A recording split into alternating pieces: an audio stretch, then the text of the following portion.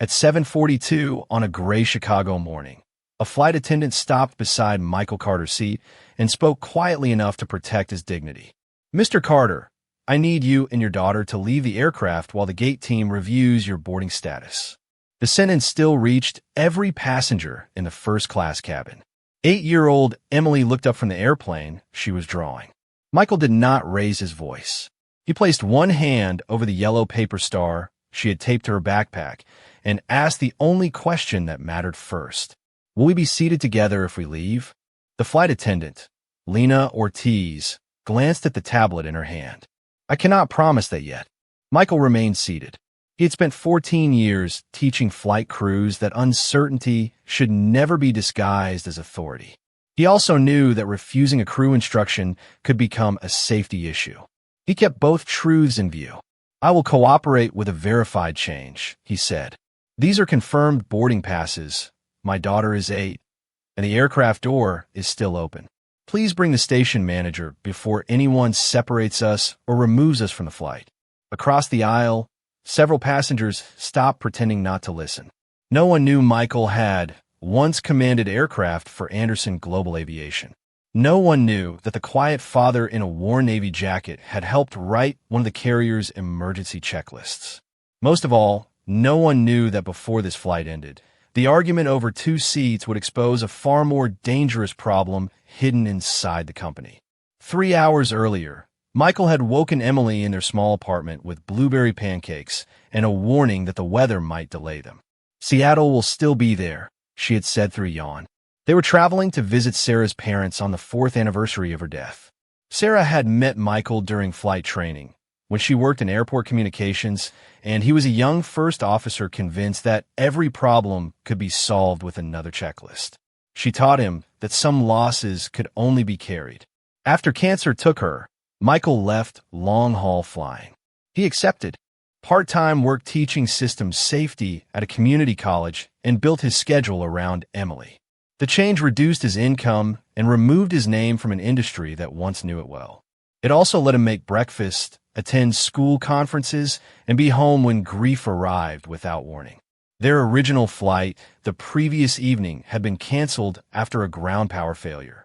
Anderson rebooked them on Flight 718 and upgraded them because the only 2 adjacent seats available were in first class. The gate agent printed confirmed passes, scanned both, and welcomed them aboard. Michael had not asked for luxury.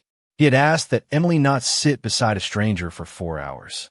Near the front of the cabin sat Victoria Anderson, founder and chief executive officer of the airline. Beside her was Richard Hayes, chief operating officer and the leader most responsible for on-time performance. Richard had promised the same 2 seats to investors arriving from a delayed connection. When he saw Michael's modest bag beneath one seat and Emily's colored pencils arranged on the tray, he assumed the gate had placed standby passengers where important guests belonged. "Those seats were held," he told Lena. "The manifest shows Carter and Carter confirmed," she replied. Richard opened the operations application on his phone. They were reaccommodated after a cancellation. Mark the upgrade as provisional and bring them back to the gate. Lena hesitated. "They have boarded passes. I'm giving you the correction." Victoria was reading a financing brief and heard only the final exchange. "Is there a safety concern?" she asked. "A boarding error," Richard said. "I will handle it." "Please do." Those 2 words gave Richard the cover he wanted and Victoria the distance she would later regret. Now Lena stood beside Michael, while Emily pressed closer to the window. "Are we in trouble?" she whispered. "No," Michael said. "There is a disagreement about the seats. We will listen, and they will check the record. What if they do not listen? Then we keep telling the truth without making the cabin unsafe." Richard approached. "Mr. Carter, the upgrade was issued in error. We need the seats for confirmed passengers." Michael held out both passes. "These say confirmed." The gate scanned them. "The system has been corrected." "After we boarded?" Richard's silence answered before his words did. "You may accept 2 separate seats in economy or take the next flight," he said. "My daughter will not sit alone. If adjacent seats exist, show me.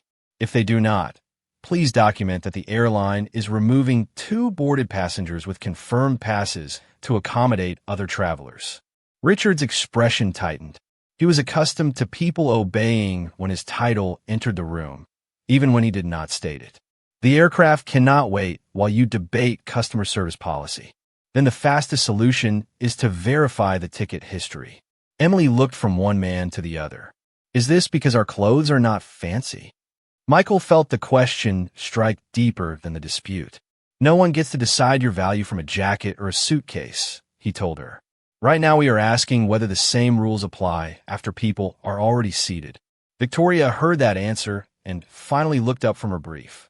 At the gate, Agent Marachin saw Michael's 2 boarding passes turn from green to amber on her screen.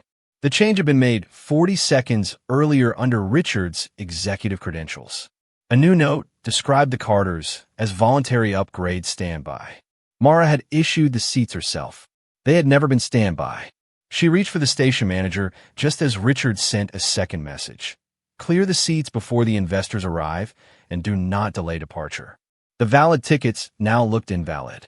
The person who could prove why was running toward the aircraft door before Richard could close it. Mara reached the jet bridge as the gate coordinator prepared to remove it. Hold the door, she said. The passenger status changed after scanning. Richard stepped into the galley. We are already behind schedule. Resolve it at the gate. The original record shows confirmed seats, Mara replied. Your account changed the classification after boarding. Every person in the forward galley heard her. Victoria Stuth. Richard, did you change it? I corrected. An accommodation that displaced investors. We can move the father and child without losing revenue or delaying anyone. There's someone, Lena said. Richard ignored her. The captain needs the door closed. As if summoned by the argument, Captain James Reynolds stepped from the cockpit. He had received a passenger count mismatch on the final load sheet. Until the boarded names matched the manifest, he could not accept it. Why did 2 passengers change status after they scanned? He asked. Then he saw Michael. Recognition crossed his face, but training came before reunion. Mr. Carter, please remain where you are while the station manager verifies the record. Michael nodded. That is what I requested. James turned to Richard. This is a manifest issue now. The door stays open. You know him, Richard said. Edo. That has nothing to do with whether his ticket is valid. Richard gave a humorless smile. A convenient distinction. James did not defend Michael's reputation or announce their history. He asked Mara to read the transaction sequence aloud. The canceled flight had created a confirmed accommodation at 6:12. Both passengers checked in at 6:48. The gate scanned them at 7:31. Richard's account changed them to standby at 7:43, 12 minutes after they boarded.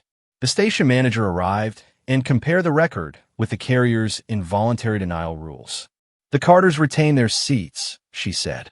We cannot retroactively reduce confirmed status to make room for another customer.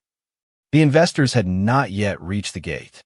They were placed in 2 adjacent premium economy seats released after a missed connection. No one was removed from the aircraft. Richard looked at Victoria. You asked me to handle it. I asked whether there was a safety concern. You called this a boarding error. Because it was. The seats were intended for a relationship worth millions. Victoria looked toward Emily, who had stopped coloring. And what was their relationship worth? Richard had no answer that would sound acceptable in front of the cabin. Mara restored the original record and printed the audit trail. Lena apologized to Michael and Emily for asking them to leave before verification. You were working from the screen you received, Michael said. Thank you for pausing when the record did not make sense. He did not extend the same reassurance to Richard. Before returning to the cockpit, James leaned closer to Michael. I did not expect to see you on my flight. I did not expect to delay it. You did not create the mismatch. Emily studied the 4 gold stripes on James's shoulders. Did you fly with my dad? James looked at Michael before answering. Michael gave a small nod. Many times.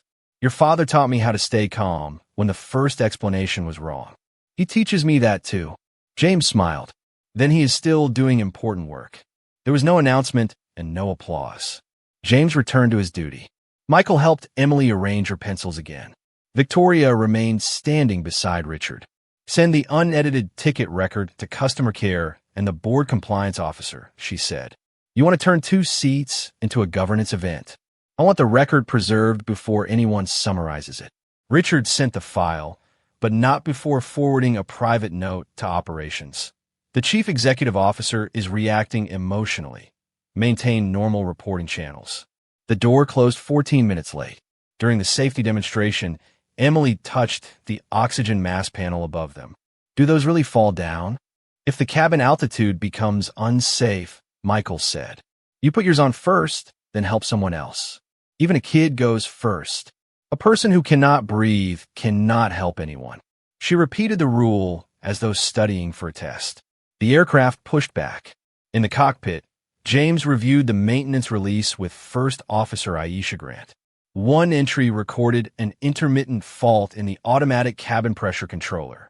Maintenance had tested both channels, found normal operation, and legally cleared the aircraft for service. James saw no active warning. The aircraft was airworthy under the approved procedure. What the release did not show was that similar faults had been reset on 3 different flights in 10 days. Each event had been closed under a separate work order. An executive dashboard rule approved by Richard's operations group displayed only open faults, not repeated faults that technicians cleared. A maintenance analyst had flagged the pattern the previous evening. Her note entered a reliability queue after midnight and disappeared from the morning summary because no single work order remained open. At 8:18, Flight 718 lifted through a ceiling of low clouds. Emily pressed her forehead near the window and watched Chicago become a gray map below. Michael felt an old part of himself count the seconds between changes in engine sound. He did not miss the absences, the red-eye schedules, or arriving home after Emily had changed in ways he could not recover. He did miss the clean discipline of a cockpit where every challenge had a name. Do you wish you were flying? Emily asked. Sometimes. Do you wish you had not stopped? Never. Missing something does not mean choosing differently was wrong. She considered that and drew a second pilot beside the first. Across the aisle, Victoria closed her financing brief. She began writing an apology, deleted it, and started again. Richard watched her. Do not let a minor service dispute become the story of this trip, he said. It became more than minor when you changed the record. I protected a strategic relationship. That is why you hired me. I hired you to protect the company, not to make facts adjustable. Richard leaned back. Those are easy to separate after the revenue is safe. The seatbelt sign went dark. Lena began preparing the cabin for service. At 8:37, Michael felt pressure build behind his ears much faster than the climb required. A glass of water on the tray trembled in a slow rhythm. Then the first warning chime sounded from the cockpit. No passenger knew what it meant. Michael did. The seating dispute was over. The hidden maintenance pattern had just followed them into the sky. Lena stopped the beverage cart and secured it in the galley. Another attendant walked the aisle, checking overhead bins. Neither offered passengers a diagnosis they did not yet have. In the cockpit, the automatic pressure controller commanded the outflow valve to close. The position indicator responded, but cabin altitude continued rising. James selected the second controller. For several seconds the rate slowed, then climbed again. Aisha requested a lower altitude from air traffic control, while James began the abnormal checklist. They tested manual control and saw only a partial response. Cabin crew, be seated immediately, James announced. Michael tightened Emily's belt. Is this turbulence? She asked. The crew is changing our altitude. Listen to them, not to guesses. Richard unfastened his belt and reached for the aisle. Victoria, we should move closer to the exit row. Lena pointed to his seat. Sit down now. I'm the chief operating officer. Right now you are a passenger during a crew command. Richard remained standing until the aircraft banked. Michael did not touch him or argue. He looked directly at Richard's open belt. If you fall, someone else has to leave a safe position to help you. Richard sat. The cabin lights brightened. A pressure sensation turned into pain. Emily squeezed Michael's hand. I do not like this. Neither do I. We can be afraid and still follow the next step. The aircraft leveled briefly at 24,000 feet. In the cockpit, the cabin altitude warning activated. James and Aisha donned their oxygen masks. James requested an emergency descent and a return to Chicago. Air traffic control cleared the aircraft below surrounding traffic. When cabin altitude crossed the deployment threshold, panels opened above the passengers. Yellow masks dropped into the first-class cabin. Emily stared instead of moving. Michael pulled his mask down, secured it, then placed hers over her nose and mouth. Breathe normally. Look at me. Her eyes filled with tears. Is the plane falling? It is descending because lower air is safer.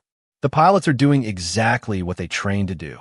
Across the aisle, an elderly passenger struggled with a twisted tube. Victoria secured her own mask and helped only after Lena signaled that she could. Richard tried to speak through his mask, but no one could understand him. The descent felt steep because it had to. Loose pages lifted from trays. Emily's drawing slid beneath the seat ahead. Michael let it go. He counted breaths with her, using his fingers. 5 slow breaths. Then 5 more. Tell me 3 things you can see, he said. Your hand. The window. The yellow bag. 2 things you can feel. The belt. Your shoulder. 1 thing you know. Emily closed her eyes. You are here. I am here. At 10,000 feet, the warning cleared and the cabin altitude stabilized. James leveled the aircraft and made a concise announcement. We experienced a cabin pressure control problem and completed an emergency descent. We are returning to Chicago. Keep your oxygen masks available and remain seated. Relief moved through the cabin, but Michael did not tell Emily the danger was over. The aircraft still had to land, emergency crews still had to inspect it, and no one yet knew why 2 automatic channels and manual control had responded poorly. Can I take this off? She asked. Lena announced that passengers could remove masks but should leave them hanging. Michael followed the instruction. Emily looked toward the floor. My picture is gone. We will look after we land. What if someone stepped on it? Then we draw another one. She nodded, but grief briefly crossed her face. Michael understood that the missing page was not only paper. Sarah had once drawn airplanes with her at the same kitchen table. Fear attached itself to ordinary objects because ordinary objects were easier to mourn. The flight attendants checked passengers row by row. In seat 4C, one mask compartment had not opened completely. Lena had used a release tool and portable oxygen for the passenger beneath it. She photographed the panel after confirming the passenger was stable. Richard saw the photograph. Do not send cabin images until communications approves them. It is a safety record, Lena said. It is also material that can be misunderstood. Michael watched Victoria turn toward Richard. The image goes to maintenance and safety now, she said. Communications receives it after they do. Richard lowered his voice. You are making decisions in front of customers while they are frightened. I am correcting one in front of. The employees expected to trust it. Flight 718 landed at 8:59 with airport rescue vehicles positioned along the runway. The cabin remained silent until the aircraft slowed and turned toward a remote stand. Emily exhaled. Michael kissed the top of her head. You followed every instruction, he said. I forgot the mask at first. Then you listened and did it. Courage is not remembering everything before fear begins. Passengers were asked to remain seated while paramedics evaluated anyone with symptoms. No one required hospitalization. Maintenance personnel connected stairs and entered with the airline safety team. Richard drafted a statement on his tablet. Flight 718 returned as a precaution after a sensor indication. Passenger oxygen was deployed according to procedure. The aircraft landed normally. He showed it to Victoria. The sensor indication did not make my ears hurt, Emily said from across the aisle. Richard looked surprised that she had heard. Michael spoke before his daughter became the center of an executive argument. The statement should wait for the crew and maintenance report. A safe landing does not make the event imaginary. You are not part of this investigation, Richard said. Correct. I am a passenger who experienced it. That is why my account should be recorded as an account, not treated as the cause. Victoria closed Richard's draft without approving it. James left the cockpit only after completing shutdown duties. He spoke first with the safety team, then approached Michael and Emily. Are you both all right? Emily nodded. Dad knew what the masks were for. James looked at Michael. I'm glad he remembered. He did not ask Michael to inspect the aircraft. Friendship and former experience did not create current authority. Instead, James handed the chief safety officer a printed maintenance history obtained from dispatch.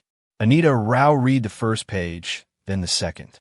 The pressure controller fault had not appeared once. It had appeared 4 times in 10 days.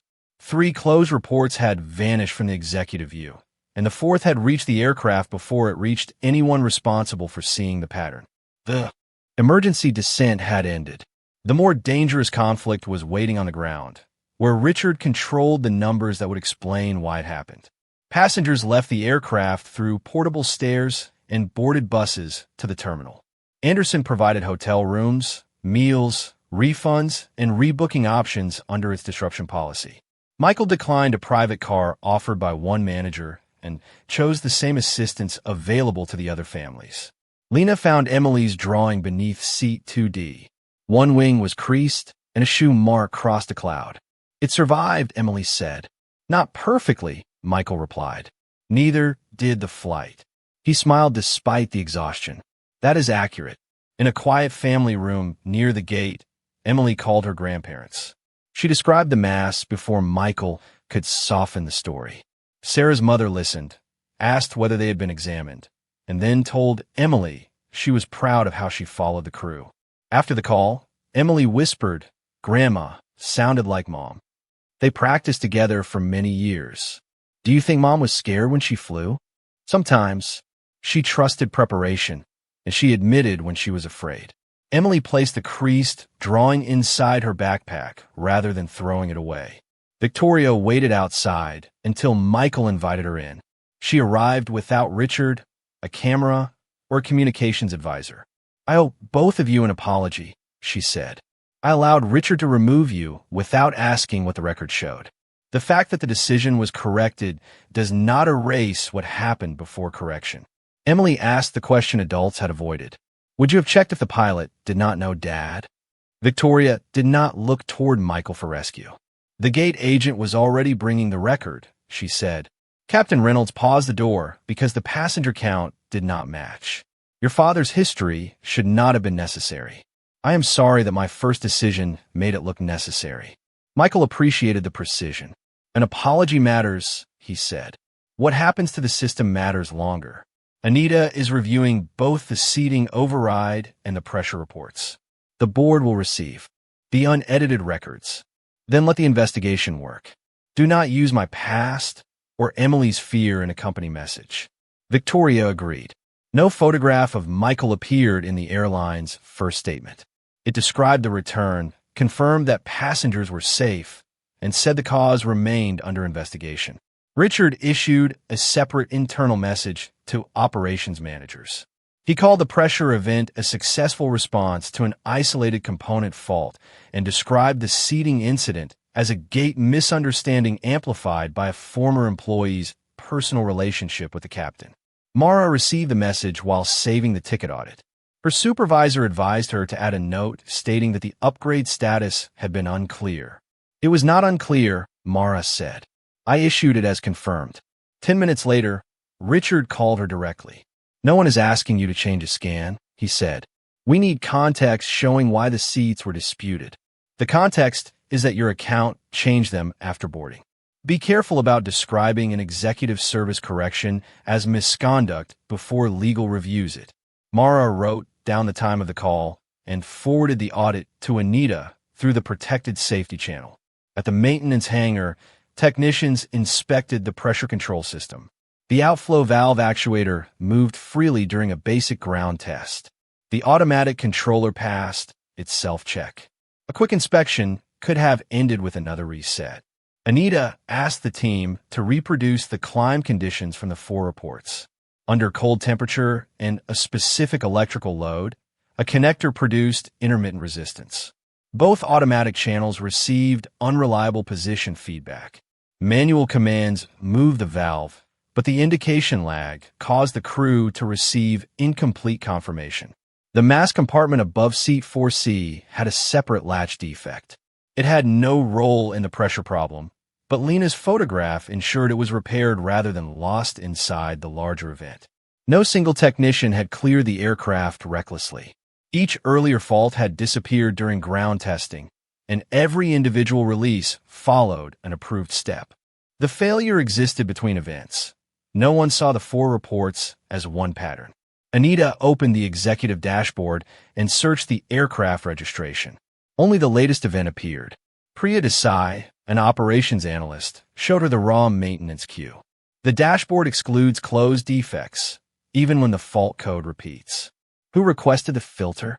Priya displayed the approval. Richard had ordered the rule 6 months earlier after investors criticized a rise in unresolved technical events. The change made the chart cleaner by removing faults as soon as a work order closed. It also made recurrence nearly invisible. Anita asked whether anyone had objected. Priya found 3 messages from reliability engineers. One warned that closure status and recurrence measured different risks. Richard's response read, "Executives need decisions, not raw maintenance anxiety." The midnight note about Flight 718 had been scheduled for review at 9 that morning, 23 minutes after departure. A high repeat alert would have placed it in front of dispatch before release, but the alert had been removed from the dashboard design. Anita froze the records and contacted Elena Brooks, chair of the board safety committee. Richard arrived at the hangar with company counsel and argued that the filter did not cause the connector fault. "Correct," Anita said. "It affected whether the pattern reached a decision maker before flight." The aircraft was legally released. The crew handled the event, and everyone landed safely. A legal individual release does not answer why 4 identical faults remained separated. Richard turned to Victoria.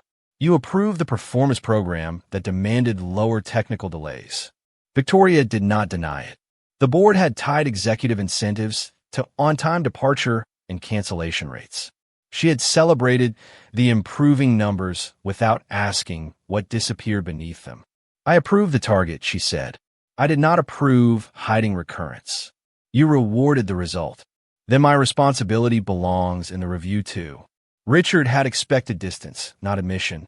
For the first time, his defense placed Victoria beside him instead. Behind him, Elena ordered both executives to preserve communications and removed Richard from control of the investigation. He retained his title while the board reviewed the facts, but he could no longer edit the flight report, direct witnesses, or approve the passenger statement. Before leaving the hangar, Richard sent one final message from his personal phone to Mara's supervisor. "If the gate agent cannot support executive priorities, begin a performance case." He did not know Mara's supervisor had already been instructed to preserve every message involving Flight 718. The pressure fault had a physical cause. The culture surrounding it now had a timestamp, an author, and evidence of retaliation. The board hearing began the next afternoon. Michael did not attend. He submitted a factual passenger statement and took Emily to Seattle on the first available flight operated by another carrier. Their original airline did not buy his presence in the room by offering special transportation or access. At Sarah's parents' house, Emily placed a creased drawing beside a photograph of her mother wearing an airport badge. "We arrived one day late," she said. Her grandmother hugged her. "You arrived. That is the part we keep." Michael stood in Sarah's old kitchen and felt the tension leave his shoulders for the first time since the masks fell. He had spent the emergency making certain Emily saw confidence. He allowed her parents to see the fear he had hidden. When the warning sounded, "I knew enough to understand what could happen," he said. "I could not do anything from the cabin except follow the crew and keep her calm." Sarah's father poured coffee. "Being present was the reason you left the cockpit. Yesterday, it was also the work in front of you." That evening, Michael and Emily walked to the overlook where Sarah once watched training aircraft approach. Emily asked whether he wanted to return to flying after seeing James. "I want parts of it," he said. "I do not want a life that asks you to grow up around my schedule. Could you help airplanes without leaving all the time?" "Maybe, but we do not have to solve that, because one strange day reminded me of my old job." They watched an aircraft descend through orange light. For once, Michael let the question remain open. In Chicago, Elena placed 4 records before the board. Richard's seat override, the maintenance dashboard rule, his call to Mara, and the message ordering a performance case. Richard arrived with charts showing Anderson's best on-time year in company history. Those results protected thousands of jobs, he said. Every system filters information. Every executive chooses which exceptions deserve attention. Anita agreed with the first sentence. A filter is necessary. This one removed recurrence, the exact relationship safety teams needed. When engineers objected, their concern never reached this committee. Richard pointed toward James's written account. The captain knew Carter. He delayed the flight for a friend, then treated a manageable indication like proof of systemic failure. Mara's scan record showed that James entered the cabin only after the final load sheet failed to reconcile. The station manager, not James, restored the seats. The pressure checklist came directly from cockpit data. Michael's history had changed none of those facts. Then why is his name in every conversation? Richard asked. Victoria answered. Because you tried to remove him, and when the captain recognized him, the contrast exposed what you had done. His reputation did not make the tickets valid. The audit did. Richard turned on her. You said handle it. You built an airline where investors expect access and leaders are rewarded for avoiding delays. Do not pretend I invented your priorities. The room became still. Victoria could protect herself by describing Richard as a rogue executive. She could also tell the truth. I created pressure for clean results and accepted summaries I did not examine, she said. When you called the seating problem routine, I chose convenience over attention. My responsibility does not erase yours, and yours does not erase mine. Elena asked Richard one final question. After the aircraft returned, why did you instruct Mara's supervisor to begin a performance case? Because she resisted an executive decision in front of customers. She preserved an accurate record. Accuracy without hierarchy becomes chaos. That answer ended the debate. The board terminated Richard for the unauthorized passenger reclassification, interference with safety reporting, and retaliation. It did not claim he caused a connector defect or ordered an unsafe aircraft to depart. The consequence matched what the evidence proved. Victoria received a formal board censure and lost part of her annual incentive because she had approved performance targets without balanced safety measures and had initially endorsed Richard's action without verification. She remained chief executive officer under quarterly safety reporting to the board. The airline changed the system through visible actions. Reaccommodated passengers retained confirmed status after scanning unless safety, security, or a voluntary agreement required change. Executive accounts could not modify boarded passenger status. Recurring technical codes appeared even when individual work orders closed. Employees could send protected reports directly to safety without operations editing the first record. Mara kept her job and received written confirmation that preserving the audit was protected conduct. Lena's photograph became part of the mask latch inspection. Maintenance replaced the faulty connector and inspected the same installation across the fleet. Victoria recorded a short message to employees without naming Michael or Emily. Flight 718 landed safely because the crew followed training, she said. The event also showed that our reports separated warnings that belonged together. I accepted a convenient answer during boarding and failed to ask for the record. Leadership does not become accountable by finding one person to blame. It becomes accountable by preserving facts, even when they reveal the leader's own part. She did not describe the emergency as a blessing. Passengers had been frightened, employees had been pressured, and a preventable reporting weakness had reached the sky. Learning from harm did not make the harm necessary. 3 months later, Anita contacted Michael about a 12-month aviation safety advisor position focused on human factors and recurring risk. Systems. She did not offer him the job. The position will be posted publicly, she said. Captain Reynolds recommended you based on your prior work. Your passenger statement will not be part of the score, and Victoria will not sit on the panel. Would you consider applying? Michael looked at the school calendar on his refrigerator. The role required 3 days a week in Chicago, limited travel, and no flight duty. It was close to the work he missed and far from the schedule he had left. Emily read the posting beside him. Would you have to sleep in hotels? 4 trips in 1 year. We would know the dates in advance. Would you still pick me up on Tuesdays? Yes. Unless a real emergency changed the plan, and then Mrs. Alvarez or Grandma would know before school ended. Do you want it? Michael looked at Sarah's note taped inside the cabinet. A safe plan leaves room for the people living inside it. I want to try for it. Applying meant risking rejection in the industry he had once left at the height of his reputation. Accepting, if selected, meant proving that returning to meaningful work would not quietly rebuild the absences he had promised Emily he would avoid. The flight had tested his calm. The next decision would test whether he could make room for 2 futures without sacrificing either one. Michael submitted his application with employment records, safety publications, teaching evaluations, and references. He did not include a newspaper link about Flight 718. Anderson had never released his name, but several passengers had posted accounts online. The panel instructed assessors to disregard them.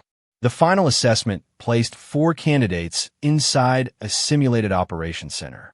Each received 12 maintenance reports, a weather delay, a customer deadline, and an executive request for a simple recommendation. 3 reports described minor cargo door sensor faults on different aircraft. Michael asked whether the part numbers, environmental conditions, and maintenance actions matched. The simulation leader said those questions would require extra analysis and might delay the recommendation. Then the recommendation should state that recurrence has not been checked. Michael said, a deadline does not turn missing analysis into negative evidence. Another candidate, Dr. Simone Park, built the strongest statistical model.